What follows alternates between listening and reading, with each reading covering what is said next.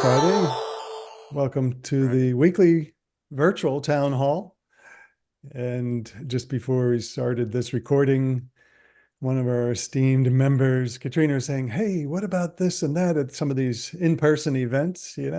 Some really great stuff coming up, and hope everybody gets to go to at least one of them. And some of you I haven't met in person yet, so we're gonna have to change that, right? So it's exciting times for that. And a lot of exciting technology out there. And today, I'm thrilled to have the opportunity for one of our members here, Dan Quigg, is going to give us an update, according to his press release, on some amazing new technology that's been introduced within the Public Insight platform. And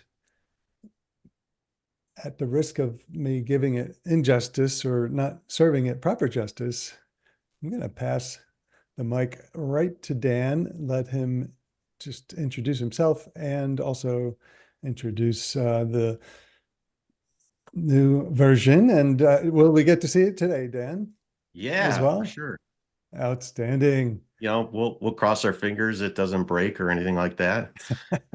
Well, if it It's didn't it's break, it wouldn't be a software. live demo, right? Yeah, cool. Awesome. Well, I see some friendly faces on the call that I've chatted with, and just this was not an asked for plug, but I'm going to give it anyway. Is Ward and Larry? It just you guys have put together a really great organization, and who was I was talking to? I was talking to Janice, who was on the call, and just Mm. said that it's on our calendar every week, and we try if we can to be here every week. And it's just every time I'm on, I got to be here every week. But it's so Yeah, kudos to you it's how guys. I you really know. appreciate it. That's awesome. Well, thanks. You can stop now, but just keep keep it coming. No, What I'll do is I'll just give a brief introduction of what TalentView is. So I know because we sometimes now are getting confused because there's another TalentView out there. Um, but so our TalentView is our job market intelligence platform, and just give you a run through of what it is, and then talk about what the fall release incorporated, and then we'll do a quick dog and pony show after that. And so, excellent. Ward, oh, go ahead. Did you say something, Ward? Yeah, I said excellent. So, Ward told me at 32 minutes, so I'm 4 minutes into it. There you go. So, does that make sense? Anybody have anything else you want to cover? All No, right. do it. All right. So what? And I actually I was chatting with, it was a Raheen, right? That did last week. Because I think there was some question about, hey, how these things all fit together, talent market intelligence, Hmm. and what that is. And really, our role with market intelligence is to fill in what I like to call knowledge gaps. So we're really setting the big picture of what the market is doing, and there are really four ways that people use our market intelligence. One is just really big picture, what's going on in the market landscape, and then really progressively drilling down into business development opportunities. One of our partners quantified a 30% lead conversion improvement using our market data is in their outreach. So it becomes really a Wow. sales and market development platform. And then also taking the data then and incorporating it into their product and service offering if it applies. So it's really those four that are used as really kind of the proof points of using market intelligence. And I don't think this is necessarily unique to us, in terms of using market intelligence, but these are really the primary drivers. The thing that we think really uh, separates what we do with TalentView compared to some of the other platforms on the market and is the breadth and depth of our data. So we go into a number of areas that people don't touch, and I'll hit more on those in a second because we've expanded some of those. Is one, from an approach standpoint, we made the decision early on that we were not going to be a volume-centric approach. So what I mean by that is quality matters, not quantity. So rather than trying to scrape every job board out there, scrape every corporate site to come up with posting volumes, we decided we're going to use the Gorilla 3, which is Indeed, Glassdoor, and LinkedIn, perspective, best of breed platforms, and we were going to do a uh,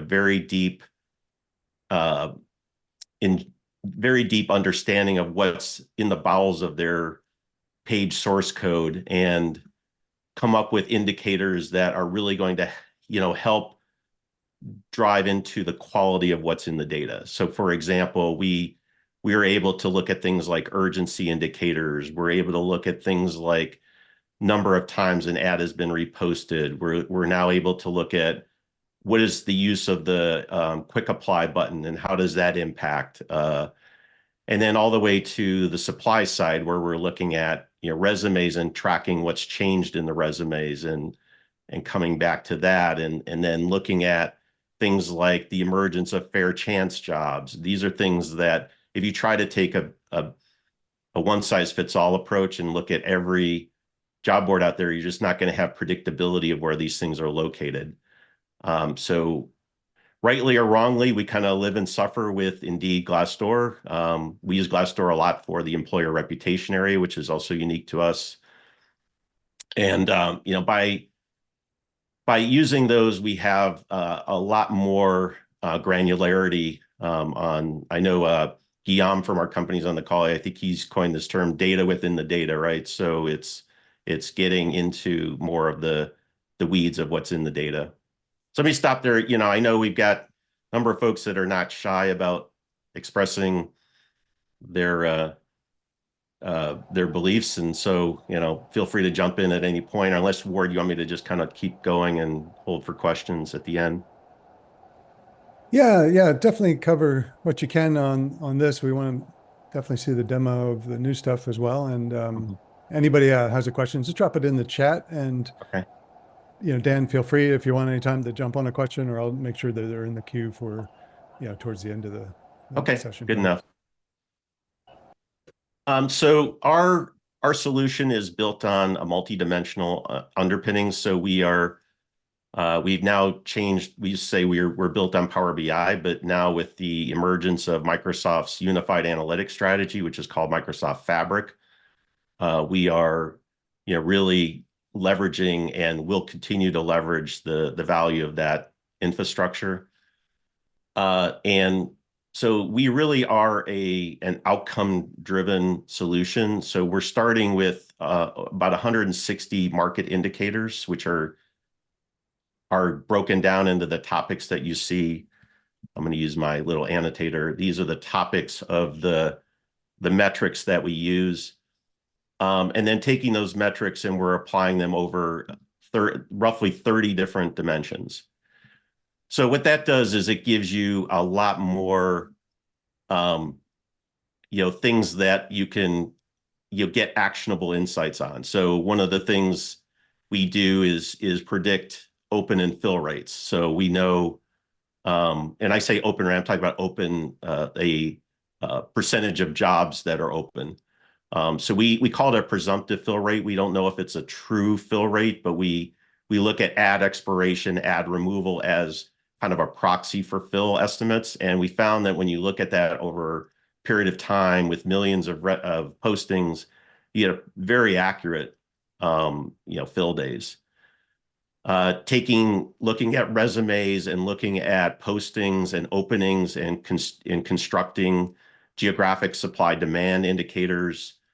We, I think, are one of the few companies that we do a very deep dive of reviews and opinions to apply sentiment scoring and text analytics to reviews to do reputation monitoring. So these are all the things that kind of the data behind the data to get more of the differentiators. So let me jump over just to, what's changed, and I'll kind of go into, one other thing I meant to mention here is, so there are two ways that people use us. One is our self-service analytics, which is what I'll be showing you here momentarily. And then the other is is licensing our data. And a lot of times we'll have partners that will have both the self-service analytics and the data licensing.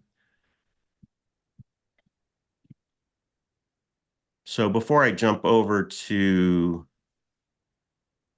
the demo, so we any questions? Well, let me just keep going. So, and we'll kind of jump over. There are a couple of big things that we did with our fall release. One is we moved from an enrichment platform that was a different company. Let me just take a step back. So with Indeed, if you could type a company name, you can create an Indeed page. So there's not a whole lot of enriched value of having Indeed as what we call our company of record. And what we were using prior to our fall releases, we were using an independent source, kind of like Zoom Info, to do our enriched company, to do our enrichment of companies. We moved that to LinkedIn, and the reason for that is actually a couple-fold. One is it gives us a way broader coverage of enriched companies. So now we're at 1.7 million US companies, not just solely US, mostly US, and covers 95% of our job posting activity. The big thing also is that gives us a closed loop when we ingest LinkedIn people profiles, and that is our big initiative for this year. So we are using that for a number of things in career and education to look at student outcomes, work outcomes, but we're also going to be using it within our job market intelligence. So it gives us that closed loop now, because I can match up, individual profiles to organizations, and I also have the job history associated with those same organizations. So we have cross-pollinated the Indeed and Glassdoor companies with the LinkedIn organizations, and then we'll also have that closed loop with the profiles coming out of LinkedIn.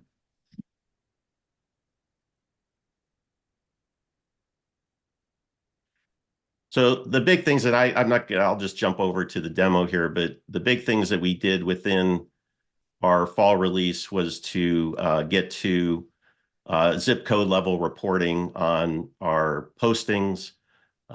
We always had the zip code, but we didn't report on it. And a number of other things in the area that I'll highlight. I think the biggest thing that I'm probably as excited about is the shift in schedule reporting, as well as the benefits reporting. So again, it's kind of the data within the data getting down to a much more granular level. And then we added the ad indicators, the use of quick apply, sponsorship, and looking at that. It was also a key part of the release. Dan, can I ask, when you Yep. refer to reporting, is this what your customer would be able to pull these reports, is what you're saying? Or is this something you produce as part of your analysis, for example? It's self-service analytics, Ward. So it is, they can self-generate all the analysis, which I'll show you here in a second. So don't need us at all. Nice. Love it. Well, I don't like to say it maybe that way. That's a little strong. Scratch that. Got it. Then I have a question Yeah. regarding quick apply. So one KPI could be to tell the share of job ads in the market, which will be connected to somehow a quick apply solution of the different providers. Is that correct? That's correct. Great. Yeah, and I'll extend that a further, as Christopher said that, right? Yeah. Extend that further is you can cross-pollinate those different metrics. So the quick apply is a category, right? So we can marry quick apply with compensation, with fill rates, with open days, and then marry it also with other categories like the employer, the industry, the occupations, the regions. So, being a multidimensional reporting solution, it's usually not something in a vacuum. It's something combined with other things. So that, and you'll see that here in a minute. Right. Any other good pause point? Any other questions, thoughts? All right, let And me go ahead. another question is, the market you look at is US, or what is the market you are looking after? Yeah, great question. So today we are US only. We definitely have plans to move outside the US. And it's just a matter of timing really to get there. But that's where we're at right now. Okay, thank you. Okay. So everybody can see my screen still? Yes. Okay. So TalentView Interactive is our self-service analytics solution. So we, again, think in terms of taking these 300, I keep saying 300, 160 indicators and having them be at your fingertips. So that's really what the interactive, it's built on the Power BI infrastructure, the Microsoft Fabric infrastructure. And I'm just going to start with very, very simply is there are filters built in throughout the application. So, you can go in and get, again, very specific around the types of data that you want to look at. So for example, and one thing I should mention is that we're built on a title-centric taxonomy, not an occupation. So one of the things that people struggle with is trying to marry everything down to 1,100 or so ONET occupations or SOC occupations. So it's like taking a California highway and running it down to a one-lane road, like when the highway was under construction and everything had to funnel to a one-lane road. What we do is we take the 200,000 or so key titles that we've curated, and we were able to cross-match that to an occupation. So you don't have to start with an occupation. So as an example, if I type in nurse here, there's every variation of nurse that we've been able to break down. So like if you were to look at like a software engineer in the ONET world, you're going to have everything go down to that one lane road, whereas you might have Java, you might have Postgres, you might have, so it's having a lot more granularity around that, the ability to look at things, much more in depth.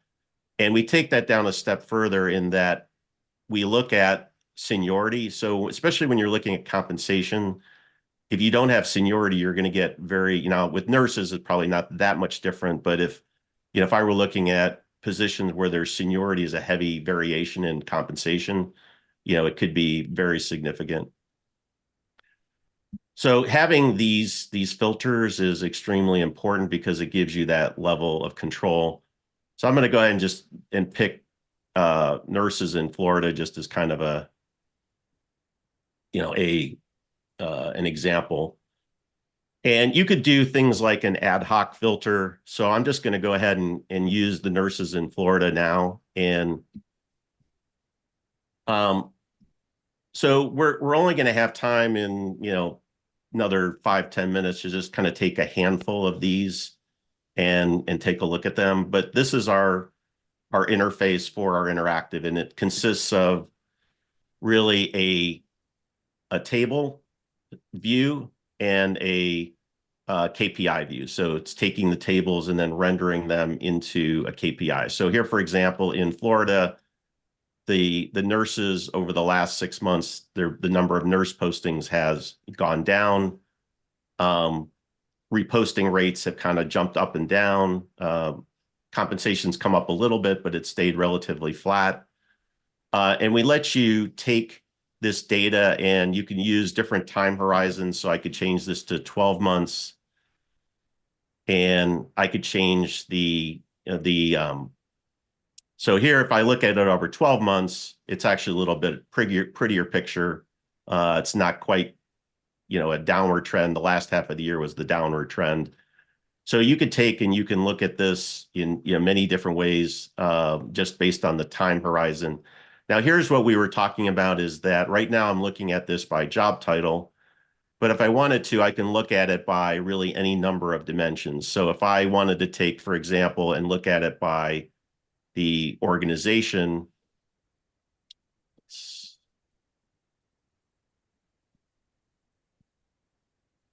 rid of the job title. And then I wanted to look at it by organization and let's say shift. I can go ahead and I can break down, these. So Tenet Healthcare for nurses, because remember I picked nurses. I can look at the breakdown of Tenet Healthcare by shift. And you'll notice again that these metrics look at not only, again, the posting volume, but they look at job openings. So we infer the number of openings based on how many openings are published in the ad. So in this case, Tenet Healthcare had 10 postings and 53 openings. So there was inferred number of openings based on what was in the ad that translated to 53 actual openings. So there are things that we're capturing that are, very unique down to the ad level. Now there's a few that we don't have an employer for. That's the blank here.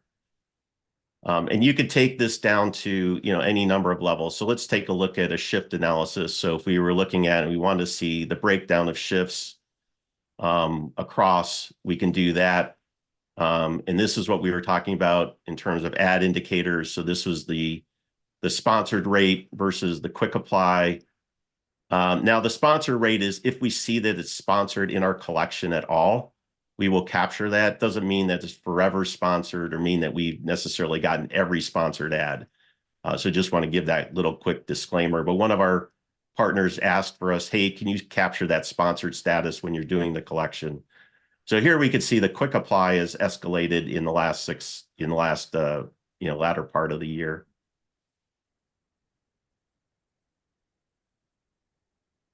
Dan? Yeah.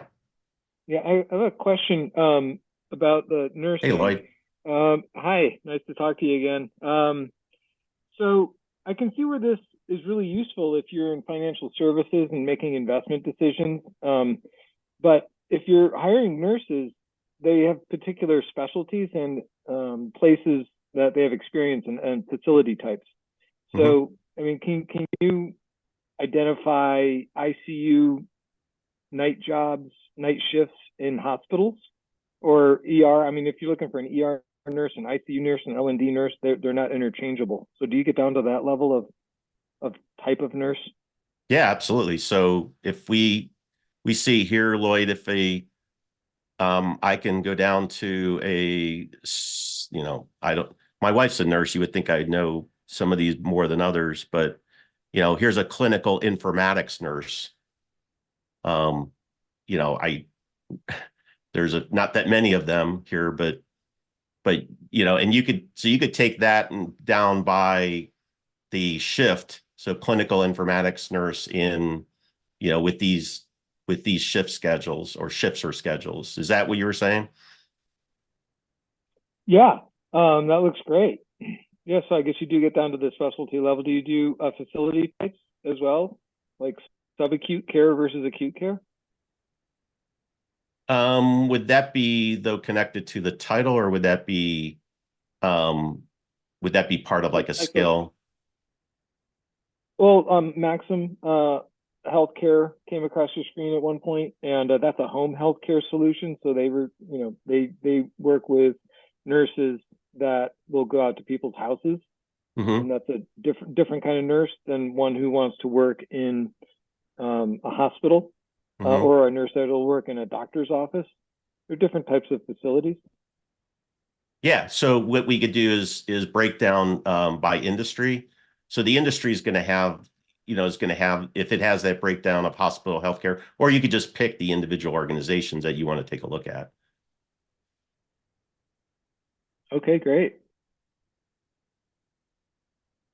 And by the way, the trend that you saw in the job postings, Mhm. I suspect that that's just annual and it's been going on for a few decades, because in the wintertime, Florida ramps up with travel nurses. That's the heart of the travel nurse industry, is Florida in the winter. So they post a lot in September, October, or August, September, October. And then the census goes down. But yeah, there's a significant need for healthcare just in winter for the people who go there for winter, who Gotcha. happen to also be elderly and go to the hospital a lot. Gotcha. Yeah, so I mentioned that in the fall release, we went to zip code level and 3D level reporting. So here, for example, again, looking at, I think I took off that clinical informatics nurse I did. So here I can look at any two metrics, in a size. So let's say we want to look at mid-posted compensation. It's going to give me a snapshot of where the jobs are with the higher compensation. So for example, here in looking at West Palm Beach, here's the number of postings and the mid-posted compensation level. So getting down to a much more granular level by zip code. Let me go ahead and jump into just a couple other areas, and then happy to. How am I doing time-wise here, Ward? You've got a few minutes left, so yeah, please enlighten us a little more, and hopefully we'll have a couple more questions. All good. Sure. So another area that we do a really deep dive into now is the compensation area. So we take every single ad and we break down the minimum, midpoint, max, range, percent, midpoint, the postings with compensation. And with the fall release, we added benefit level reporting. So here looking at so again, remember, I'm looking at nurses in Florida. So that's my sample here. So looking at by job title, the breakdown of the benefits that are offered. And you could, select which ones you want to look at. And same thing with shift, which we already looked at. So not only looking at percentage with benefits, but here's the breakdown of what, and this is based on a weighted average, what the compensation is based on the shifts and the schedules that were identified within the ad. So we do a weighted average because you could identify, let's say you're hiring for day and evening shift. So we'll take that and we'll do weighted averages to come up with the weighted average of anything that was listed in a day shift versus an evening shift to get, again, a breakdown of the compensation by shift.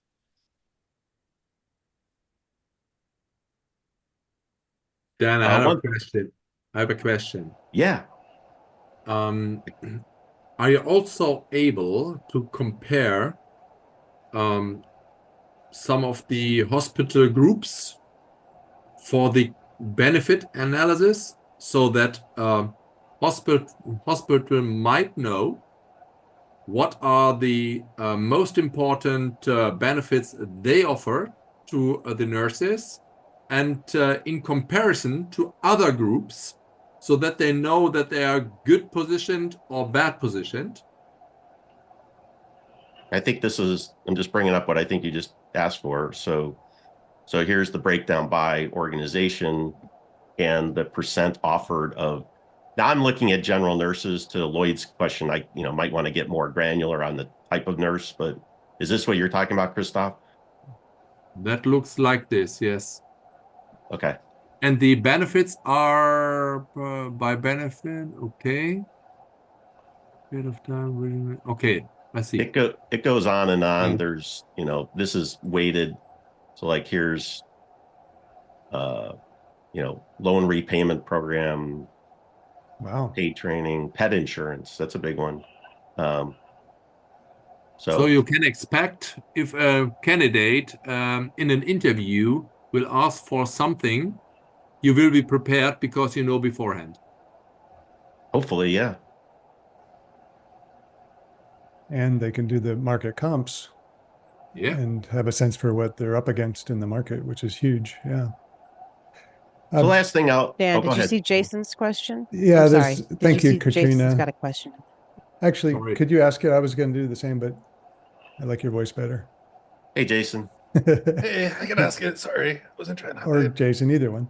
Sure. No, I was just wondering. I know if you license the data, you would get like the granular details of the actual job postings. I was curious how detailed you can drill down within the self-service platform. Great question. In fact, I meant to show that is if we go back here to any of these, if let's say I look at this Orlando Health and I click on it, you'll see there's a button here that says posting detail. And what that does is it takes me to the actual, this is again the benefit of having a predictable platform, because we never ask the question, hey, where does this data come from, and say, oh, trust us, it comes from somewhere. We actually give you the full traceability back to the underlying postings. So here, we give you the full traceability. And to your question, Jason, in our when we license our data, that goes down to the individual posting level. So essentially that's the traceability back to that. That's good. You reveal your sources. Yeah. Was that anything else on that, Jason? I'd asked about like contact information or B2B data, like hiring managers or recruiters. Is that anything that you try to capture if it is in the job posting? Not currently. We capture the organization with the link to the site, but not the individual contact people. Not at this point. Sure. There's also a question Is from there Greg. a family discount, Dan? Not sure what you mean by that. These 5-year contract. Katrina, Was Discount for HR Tech was that you, Alliances. Kat? That was me, yeah. Okay. Sure, Fellow why not? members. Yeah, member discount. That's right. Oh, so we're a family. Is that what we are? That's it. Yeah, absolutely. Just don't call us a cult. Thank you. Now there's a question from Dan as well. I mean, from Greg. I'm sorry. Greg, do you want to ask her? Yeah. Are we good on your time? I just want to make sure I'm fine if you guys are. It's your meeting. Yeah. Maybe Greg stepped away. No, I'm here. I just was waiting for you to answer Dan's question. Oh. My question, Dan, is often there might be a duplicate posting from a staffing company that's engaged with the hospital, as this example shows. Is there a way to, did they end up dupes, I guess is the question, or is there a way to, segregate out staffing organizations or segregate them in? Yeah, so that great question, Greg. We through the filtering that I was on, you can exclude staffing companies from that if you wanted to, or you could individually exclude them. So short answer, yes, you could do that. And the reverse, if a staffing company wanted to know maybe which hospitals use staffing companies, then you could identify potential clients that way. That's correct. Thanks. There you go. So Dan, can I jump jump in? Oh, go ahead. Dan, I got a quick question too. Yeah, hey, Kevin. Hey, it's been a while since we talked. I'd like to connect with you again. Obviously, this is an area that I've spent a number of years working in. You got way more seasonal than me. Wage is always interesting. Staffing company is always interesting. Where do you get your data from when it comes to salaries and compensation? And you've come a long way. So I have I don't want to consume the time, but we should connect again and see where I might be able to help find home for some of this. Appreciate that for sure. Yeah, very impressive progress. Outstanding resource for all kinds of people in the HR tech community and HR service, staffing companies, etc. It's Well, fantastic. there's a large vertical market push that you can make, and I'm just curious where your sales is heading on some of these vertical markets, because there's data in here that that I didn't have when I was doing this, and so there's a lot of homes for this if you play the card. So we'll catch up. Cool. Thanks, Kevin. Since I've just been hanging on the screen, let me just spend 30 seconds on our employer reputation. So what we do is we take every single review and we, in the US, we love ratings, right? It's like, oh, this is 4-star rating, 5-star rating. But what really is helpful is when you can take that and break it down into sentiment and opinions. And that gives you and again, we could break this down by any one of 30 different dimensions. So taking the actual opinion of the actual reviews and breaking it down and looking at how institutions compare at, not just, again, at the organization level, but all the way down to the title level. And then we actually take that a step further and break it down by opinions, looking at subject adjective pairs and determining what things are important. So nurses pay is at the top, but it's been 69%, and this is nurses in Florida again. So 69% positive, 30% negative. Management's always a 50-50 mix. I'm actually speaking at a staffing conference next week talking about communication because it's always negative. Wow. So anyway, this is just, again, another example of the things that we incorporate. So I'll shut up now and take any other questions you guys have. And appreciate the comments.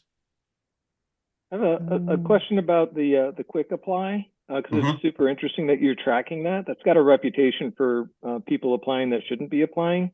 Do you have any data on what the reality is, what the quality of candidate flow is for quick apply? How do you define that, Lloyd? Someone that a recruiter wants to talk to, because on the recruiting side, you get a lot of people who apply. Hope you don't hear that. My phone's ringing. Shotgun, right? I hope you can't hear that. No. Stop it.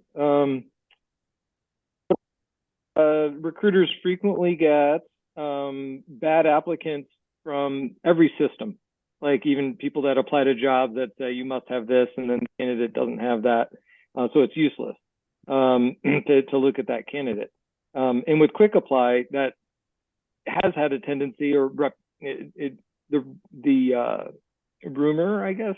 I'm looking for data, but yeah, you get a lot of people who would click on every quick apply, even though they had no qualifications for that job. You've got any feedback mechanism in place, because I can monitoring the impact of how many more applicants you'll get by quick apply. I'm wondering, do you have any measurement to know if those candidates are qualified for the jobs that they're clicking on that quick apply for? Not directly, but indirectly. And I know Guillaume's, I think, on the call. Maybe he has some thoughts on that. But one of the things that we could do is look at the impact of the quick apply on the fill rate. So here, looking at the fill days. So right now with 52 fill days, I could look at this, and this is just kind of an advanced filter. I could say, hey, is the quick apply turned on? Does that go up or down? And I could do that down to organization. So by making that true, it looks like it barely moved the needle. So quick apply, it went from 50, I think it was 52.14 to 52.54. Yeah, so not much change there. But that's probably the backdoor way of handling what you talked about. It's kind of, I don't know if there's a way to isolate those that are just willy-nilly clicking on quick apply, if I'm understanding you right, versus those that are not. I don't know of a way we could track that. the amount of You're breaking up, increase Lloyd. in application. Yeah, you're breaking up. Well, that actually good time perhaps to switch gears here, but I'll just share my thoughts on the quick apply. I mean, it's constant push and pull and tug between the ATS and the job boards or the sourcing platforms. And depending on the ATS's abilities, right, it can be better served there perhaps, or same thing on the job board side. But trying to do both in any significant way bogs down the candidate. So it's going to have a big effect. I think that's what Christoph was probably digging for a little bit too, right? Is what's the data behind it? And I don't know how you would potentially even track that, frankly, if the job board has it and the candidate never leaves and they don't share it with you, right? Or if it's not available. But whoever can sort that out, it's going to be extremely valuable.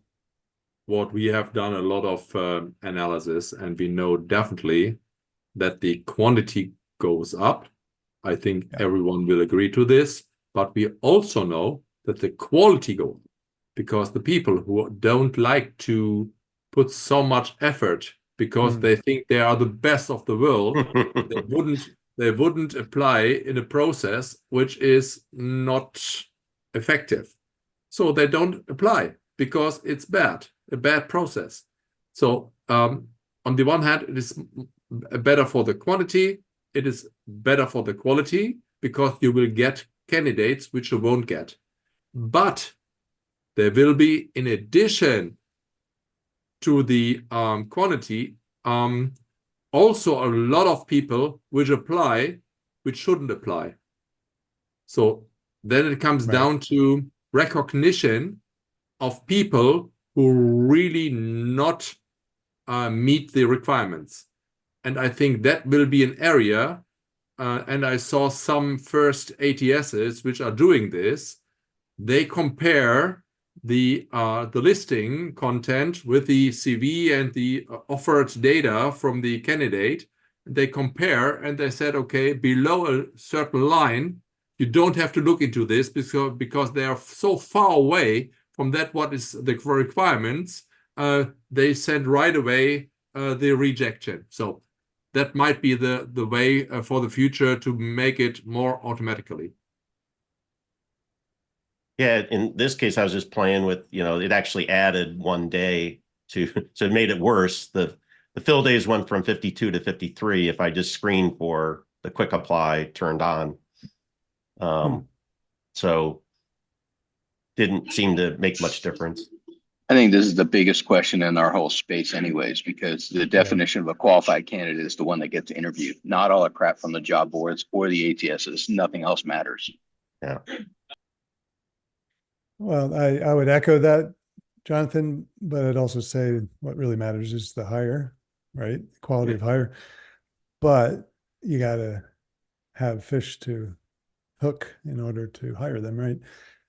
So if you got good tools, the more data, the better. And it looks like Public Insight is creating some amazing insights out of public data, hence the name, of course.